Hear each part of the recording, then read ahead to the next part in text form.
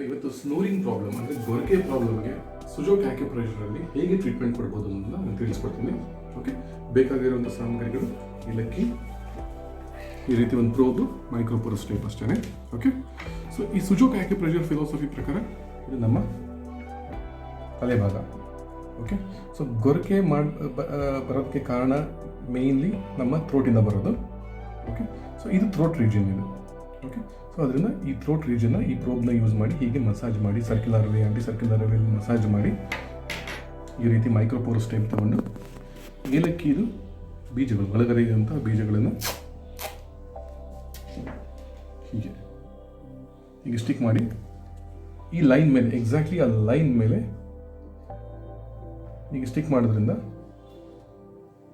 5 ರಿಂದ 7 ದಿನದಲ್ಲಿ ನಮಗೆ ಈ ಗೊರಕೆ ಪ್ರಾಬ್ಲಮ್ ಅನ್ನೋದು ಏನಿದೆ, ಸ್ನೋರಿಂಗ್ ಪ್ರಾಬ್ಲಮ್ ಅನ್ನೋದು ಪೂರ್ತಿ ಕಡಿಮೆ ಆಗ್ತಾ ಹೋಗುತ್ತೆ. ಧನ್ಯವಾದಗಳು.